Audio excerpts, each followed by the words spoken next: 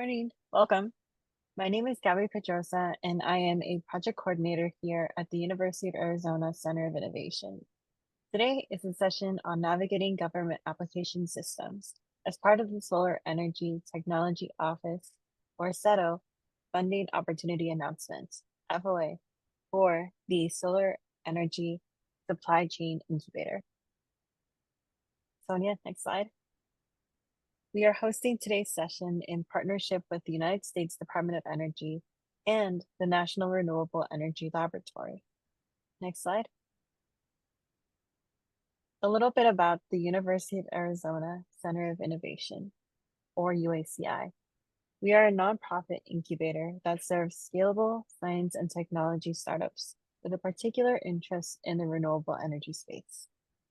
Next slide. Additionally, UACI is home to the Solar Zone, a multi-technology solar demonstration sites at the grid level of the United States. This allows us to provide a unique level of support to startups developing their solar innovation. Next slide. UACI is one of many power connectors at the heart of the American-Made Network that provides support to applicants seeking funding through the American-Made Challenges. Next slide. As part of this effort, UACI is providing applicant support through educational resources, office hours, and mentorship in partnership with ADL Ventures, EFN, and Ensemble. You are welcome to reach out to any of the contacts listed here for additional support. We are also working on putting together a full list of events and activities that will be shared soon. Next slide. I would like to now turn it over to Sonia Vohnout, a subject matter expert in funding strategies and who has supported many companies successfully secure government funding. Sonia? Thank you, Gabby. I'm excited to be here presenting our first webinar as a series of webinars supporting this funding opportunity announcement. So I'm founder and owner of OpSpot, a consulting company that helps small businesses and startups go after government funding and develop commercialization strategies. For today, we're going to be talking about various application systems that you would use if you were applying for a DOE or Department of Energy grant. So we're going to be reviewing SAM.gov, grants.gov, the PAMS, and the EERE exchange platforms. This particular FOA is for the fiscal year 2024 Solar Energy Supply Chain Incubator. So I'm going to touch a little bit on the application and submission dates and the technologies of interest. So I wanted to spend a couple minutes on the SBIR STTR program, specifically because the Department of Energy, when has a couple of funding opportunities that small businesses could go after, and the SBIR STTR program is one of them. And as many of you might be small businesses, you might be familiar with this program. So the SBIR STTR focuses on early stage high risk innovation ideas. It's early stage non-diluted funding for the small businesses. It does not require cost sharing, and it's earmarked for small businesses, for-profit U.S. business that have less than 500 employees. As mentioned, there's the SBIR, a Small Business Innovation Research Program that started in 1982. And there's the STTR program that came shortly after that focuses on transitioning technologies and working with the research institutions. Okay. The most important registration platform that the companies need to be aware of is the System for Award Management, or SAM.gov. And everybody needs to register at SAM.gov if they want to do business with the U.S. government. That's where you will register your entity. and the points of contacts and your locations. Entities can be prime contractors, organizations, or individuals that are looking to apply for any kind of award. If you haven't started your application, do so as soon as possible if you're interested in submitting an application for this particular FOA, because it can take weeks to months, and you will need to obtain a unique entity identifier or UEI that's given to you once you apply through the sam.gov. And you have to have an active registration if you want to submit an application for this funding opportunity announcement. And keep in mind, you might already have a registration, but make sure that it's active because it must be active as well. So this unique entity identifier, or UEI, is given to you once you register at sam.gov. And you will need that to submit applications either for SBIRs or for other grant opportunities. Again, you need to apply early because there's a lot of requests and it could take a long time for you to be fully registered and have an active registration with SAM. Okay, so I touched upon the SBIR STTR program because many of you as small business might be familiar with it, right?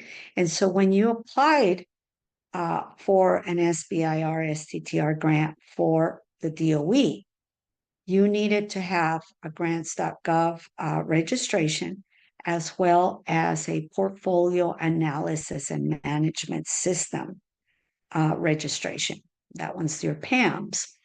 So grants.gov is where the DOE and other federal agencies will list their grant opportunities, right? And so that's where you find an application or an opportunity, and that's how you create your application package and you submit your proposal and all the documents when you want to apply for a federal grant with the agencies that use grants.gov.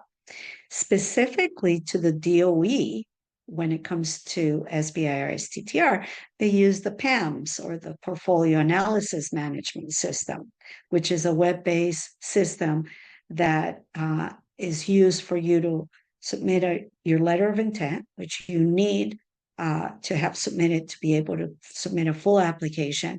But it's also used for peer reviews and to be a user interface with the principal investigators.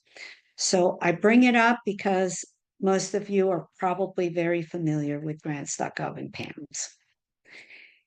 For this particular funding opportunity announcement, the DOE is the Office of the Energy Efficiency and Renewable Energy, or EERE, uses the exchange portal, which is a centralized portal platform that the ERE uses to develop their funding opportunities. And I put a couple links here for you to use. I strongly suggest that you use the manuals because they go into the details. And in this particular presentation, I'm just going to touch on a couple of windows.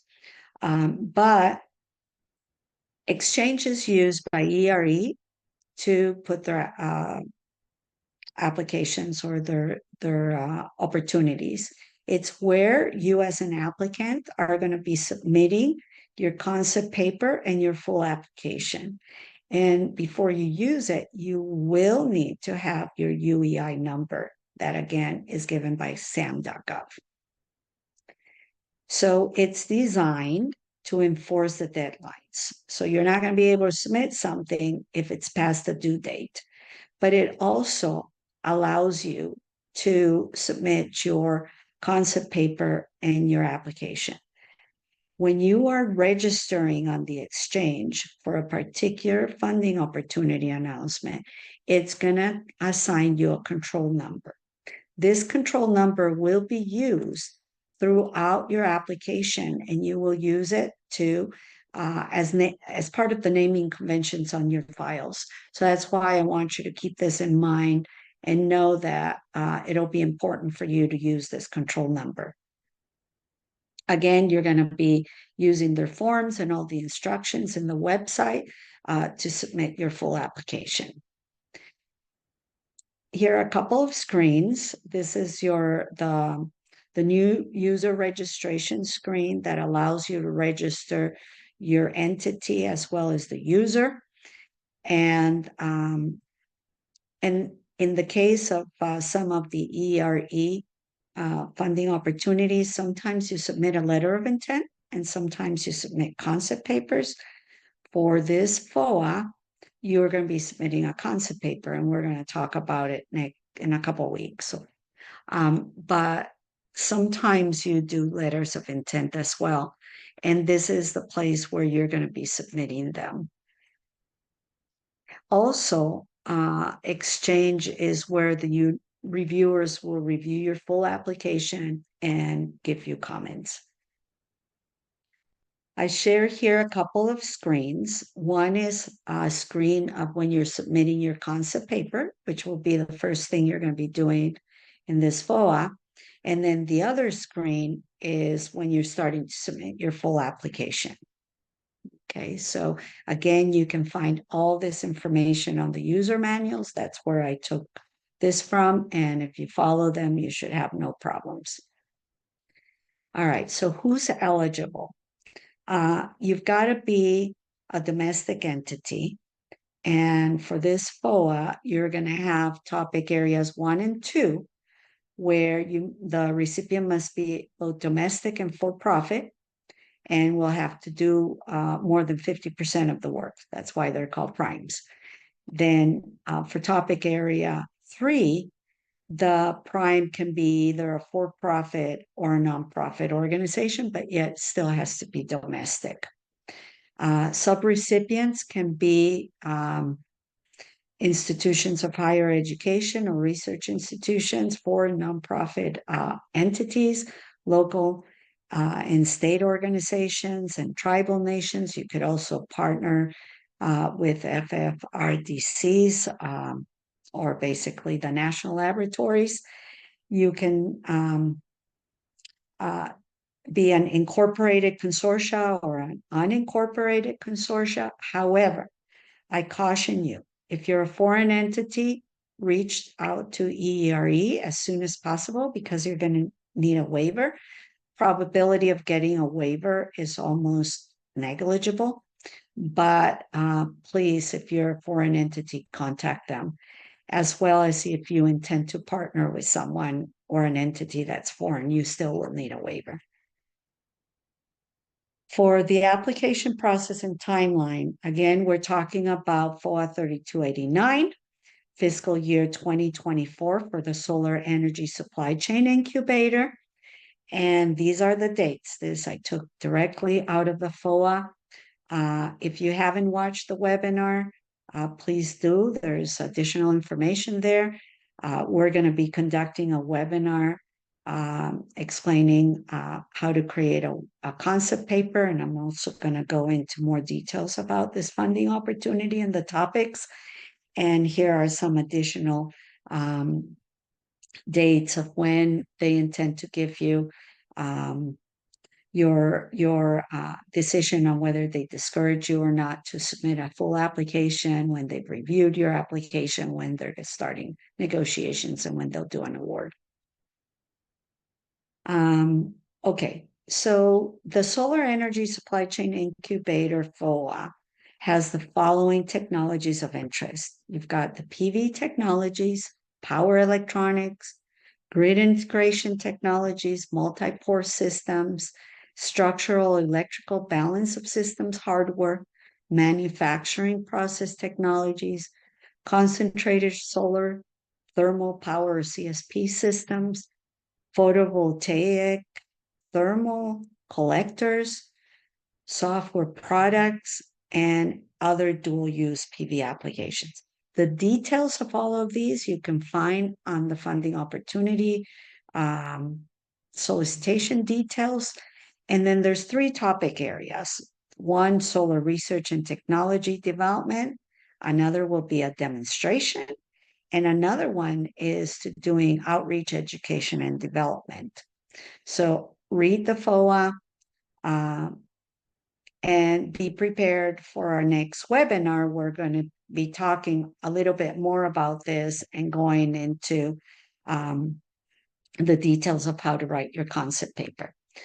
Again, start early, meaning register early. SAM.gov is going to be your bottleneck. Read the solicitation carefully and completely. And if you have questions, please reach out. And here is my information, and Gabby will put more information on the chat to reach out to Amanda as well.